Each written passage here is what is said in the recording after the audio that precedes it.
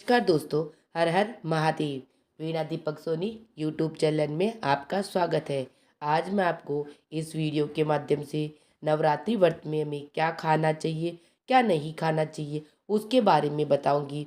कहा जाता है कि नवरात्रि व्रत में माता रानी को अगर खुश करना है तो कुछ नियमों का हमें पालन जरूर करना चाहिए। उसी के दौरान मैं आपको बताती हूँ कि नवरात्रि व्रत में हमें क्या खाना चाहिए और क्या नहीं खाना चाहिए और किन नियमों का पालन करना चाहिए। लेकिन आपको एक बात जरूरी कहती हूँ, वीडियो को बीच में छोड़कर मत जाना, क्योंकि आधा अधूरा ज्ञान अच्छा नहीं होता।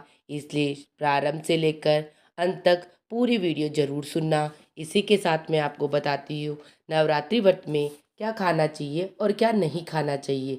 नवरात्रि में अगर आप व्रत करने जा रहे हो तो इस दौरान किन चीज़ों का सेवन करना चाहिए और किन चीज़ों का नहीं, इस विषय के बारे में अच्छे से मैं आपको बताती हूँ, तो आप लोग ध्यानपूर्वक जरूर सुनना। इस वर्ष शारदीय नवरात्रि का पर्व 3 अक्टूबर से प्रारंभ होकर 12 अक्टूबर तक चलेगा।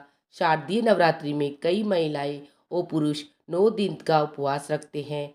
कई लोग निर्जला उपवास रखते हैं और कुछ लोग ऐसे होते जो उपवास के दौरान सिर्फ पानी पीकर रहते हैं। वही हमें में से कई लोग उपवास के दौरान एक टाइम खाना फलहार खा के भी व्रत करते हैं। अगर आप फलहार वाला उपवास रख रहे हैं तो उपवास के दौरान किस तरह की चीज़ें खाई जाती है और किस तरह की नहीं, इस बारे में अच्छे से जानना बहुत ही ज़रूरी है, ताकि आपका उपवास सफल हो सके और माता रानी का आपको आशीर्वाद मिल सके।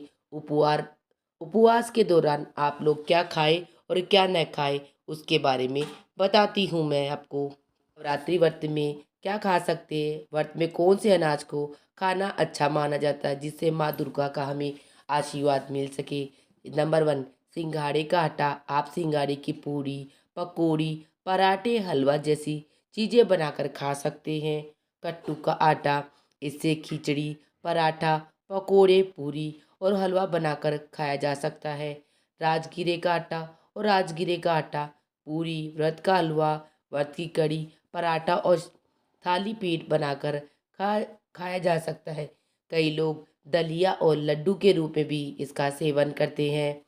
सांभर का मक्के चावल का आटा। समक के चावल का इस्तेमाल आप व्रत के उत्तम व्रत की इडली, डोसा, पूरी बनाने के लिए कर सकते हैं। व्रत के चावल से पुलाव, खिचड़ी, खीर, दलिया, इडली, डोसा, उपमा, फिर सादा स्टीम करके खा सकते हैं। आपको बताती हूँ नवरात्रि में हम कौन से मसाले खा सकते हैं और कौन से नहीं। जीरा, काली मिर्च, सेंधा नमक, हरी इलायची, लौंग, दालचीनी, जायफल, सूखे अनार के बीज, अदरक, हरी मिर्ची, नींबू, अजवाइन, हरा धनिया, पुदीना, करी पत्ता, सूखा आम पापड़, चाट मसाला, लाल मिर्च पाउडर जैसे मसालों का प्रयोग कुछ लोग कर सकते हैं, कुछ लोग नहीं भी करते हैं। ऐसे में एक आती व्रत में कौन सी सब्जियां हम लोग खा सकते हैं। आलू, आप व्रत के दौरान आलू, दही आलू, जीरा आलू, आलू टमाटर की सब्जी, आलू के पकोड़े इत्यादि बनाकर खा सकते हैं। कद्दू की सब्जी, हलवा, खट्टा मीठा कद्दू की सब्जी या पकोड़े बनाकर खा सकते हैं। शकरकंदी का हलवा, टिक्की या चाट बनाकर खाया जा सकता है। अरबी की सूखी सब्जी, दही अरबी, अरबी टिक्की, अरबी कटलेट खाया जा सकता है। रतालू, आप रस्तून, सूरन चिप्स, सूरन की सब्जी बनाकर खा सकते हैं। केला या कच्चा केला, कच्चे केले का प्रयोग आप सब्जी, केले की फ्राई, केले की चिप्स बनाकर भी खा सकते हैं। कच्चा या आधा पक्का पपीता, कच्चे पपीते से आप पपीते का हलवा और सलाद बनाकर भी खा सकते हैं। टमाटर आमतौर पर टमाटर की करी या सब्जी में डाला जाता है। इसके अलावा आप चटनी बनाकर भी खा सकते हैं। कुछ लोग व्रत में पालक, लौकी, खीरा और गाजर इत्यादि का भी इस्तेमाल कर सकते हो। साबूदाना, उपवास के दौरान साबूदाना कई लोगों का पसंदीदा आहार होता है। आप दोनों लोग साबूदाना की खिचड़ी, साबूदाना का वड़ा, थाली पीठ, पकोड़ा, लड्डू, टिक्की, बेल और खीर इत्यादि बनाकर खा सकते हो। मखाना, कि खीर, भुना हुआ मखाना, आलू मखाना भी आप लोग खा सकते हो।